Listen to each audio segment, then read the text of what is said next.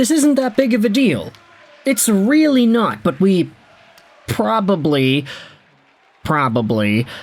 still should be talking about it to some capacity, because it has started up, I'd say, the conversations in the Vancouver market as to whether or not a Quinn Hughes trade is actually possible, or if it should happen.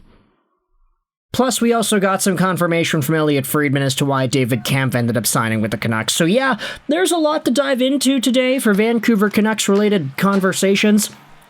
Obviously, the game against Florida was a slobber knocker in its own right. So many elements of offense from both teams, and a pretty tough night for the goaltenders in Jiri Patera and Sergei Bobrovsky. But in the midst of Vancouver's Eastern Road swing, you had yourselves a very particular piece posted on the Globe and Mail by Gary Mason that had a lot of Canucks fans talking, and that went out there and questioned whether or not a rebuild was necessary or even appropriate for the Vancouver Canucks. The article went semi-viral, I would say. A lot of folks were referencing it on social media and even on the radio, but there was a very particular element of this piece that did go viral more than others, and it's what Gary Mason said at the bottom. This was posted by Canucks News Summaries. If it appears at some point this is shaping up to be another lost season, then management is going to need to know what the prospects of keeping Quinn Hughes are. If they're not great, then the sooner they deal him, the better. Perhaps then they can get on with the rebuild for which their fan base appears so eager.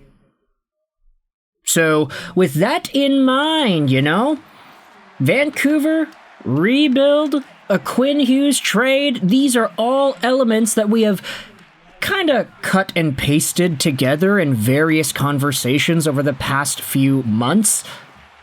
Does Quinn Hughes want to leave? Is Quinn Hughes going to want to stay in Van? If he does not want to stay in Van, he wants to head over to New Jersey with his brothers, you cannot afford to lose him for nothing when his contract expires in 2 years. Either you trade him before then, or you re-sign him. You got no other choice. And here's the thing. Turns out, that idea might actually not be too exclusive to what Gary Mason and the Globe and Mail is going out there and publishing. Maybe not even to the fan base itself. Because this is what Rick Dhaliwal ended up saying on the Donnie and Dolly and Sportsnet 650 Canucks Talk crossover episode this morning.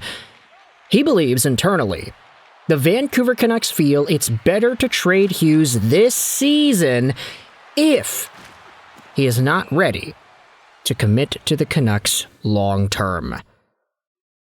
And just the acknowledgement that this idea could even exist remotely in the Canucks management's brains is a good realization. Yes, okay, of course, it's not like they wouldn't ever think that trading Quinn Hughes is possible. They said they want to keep him forever, of course. But at the same time, it's like, yeah, no, you think about the circumstances of this team, his contract, whether or not the Canucks are good or bad or whatever, they probably could open the door to the idea of a Quinn Hughes trade should things not go their way, should he decide that he doesn't really want to stay here. Now, the question as to whether or not you would actually get value for Quinn Hughes on the table is another thing, because, hey, I don't know if you noticed, unless you're trading Quinn to New Jersey, any other team that acquires him is probably not going to keep him around for long either. Unless the other two Hugheses in New Jersey orchestrate some big grand contract scheme that will allow them to all go to another team at another time.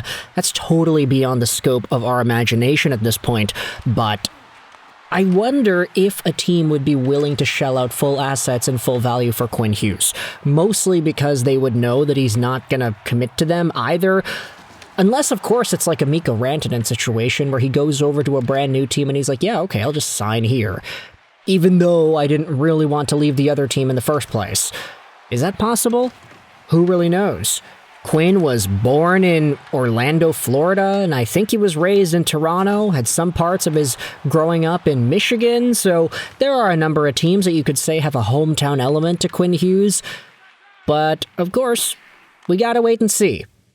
Now, I don't want to make it seem like I think that Quinn Hughes would fetch nothing. I do think that there is some value you could get out of him, especially in this market where players that are good just aren't available on trades or in free agency, and it looks like they're not going to be available for a while, as long as teams have this extended cap. But ultimately, Quinn Hughes, hey, if he's in the market, who knows? Now, speaking about a guy who was on the market, let's turn our attention over to David Kampf of the Vancouver Canucks. Of course, he's a newly acquired Vancouver Canuck, recently signed in free agency. He left $3 million on the table to leave Toronto because he was not getting NHL development time. Turns out that NHL development time seemed to have been one of the biggest aspects as to why Kämpf ended up signing in Vancouver in the first place. You see, this is what was posted about on Twitter by Canucks News Summaries. It's a summary of Elliotte Friedman and his appearance on Donnie and Dolly 2 days ago on Monday. He essentially dives into why Kämpf decided to come to Vancouver and compares the situation to some of the other opportunities in the NHL. Take a look at what Friedman said on Kämpf here. He's not much of an offensive threat. Two-way center is a euphemism for a forward that can defend. His last salary was bigger than his actual value, so he was overpaid in Toronto, and he wasn't a stylistic fit with Craig Berube. Kämpf can check, he can defend, and he can kill penalties. He also wants to play in the Olympics, and was concerned that if he had stayed in the AHL, it would jeopardize his Olympic chances. He's extra motivated now to make that Czech team. Now, of course, there is a Czech connection in Vancouver with Jiri Patera, Phil Hronek, so, oh yeah, Filipino also. That's really interesting. Realistically, all of these guys could have opportunities to making the Olympic team. Actually, could Patera make it? I don't know. Over Dostal? Over Jakub Dobeš? I mean, Vitek Vanacek is also in there? I don't know. There is a pretty big hump for Patera to go over if he wants to make the Olympic team. But this was the biggest selling point for Vancouver. The fact that they had such a big hole at second-line center. They had random guys filling it in. They had Atu, Ratu, they had, I don't know, Max Sasson. Just toss out whichever name you want to fill in that spot. They had so many guys rotating around second C because no Filipino. Elias Pettersson, number 1 C, is being tasked with doing everything, all the heavy lifting for this Canucks team. David Kampf probably saw that and he said, yeah, okay, do I want to be a fourth liner on a Stanley Cup contending team? Do I want to be an extra piece on a squad that will continue to try to win the cup?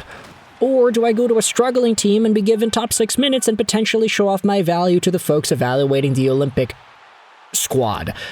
Why not just go to Vancouver? I can get some money and play some hockey at the National Hockey League level. This is a guy who had only played 4 AHL games this year, no NHL games up until the first game against Florida. He didn't look particularly good, but they did just only catch him up to speed on their systems an hour or something before the game actually began. So I don't expect Kämpf to be this bad for the rest of his time in Vancouver. He'll definitely get his feet under him and get going once he gets a little more attuned to what the Canucks are trying to do. He'll be fine, but good enough to make the Olympic team? I don't know. We'll see. That's what he wants, but let me know your thoughts in the comment section below, whether or not you think Kämpf is good enough to accomplish that. Also, what are your thoughts on a Quinn Hughes trade? Do you think it's actually something we should be talking about? Let me know in the comments all your opinions about the conversation itself. Not even about the trade, but just the mere resemblance of a discussion involving Quinn Hughes leaving Vancouver. Let me know your thoughts in the comment section below. I hope you enjoyed this video. Sign on, and bye.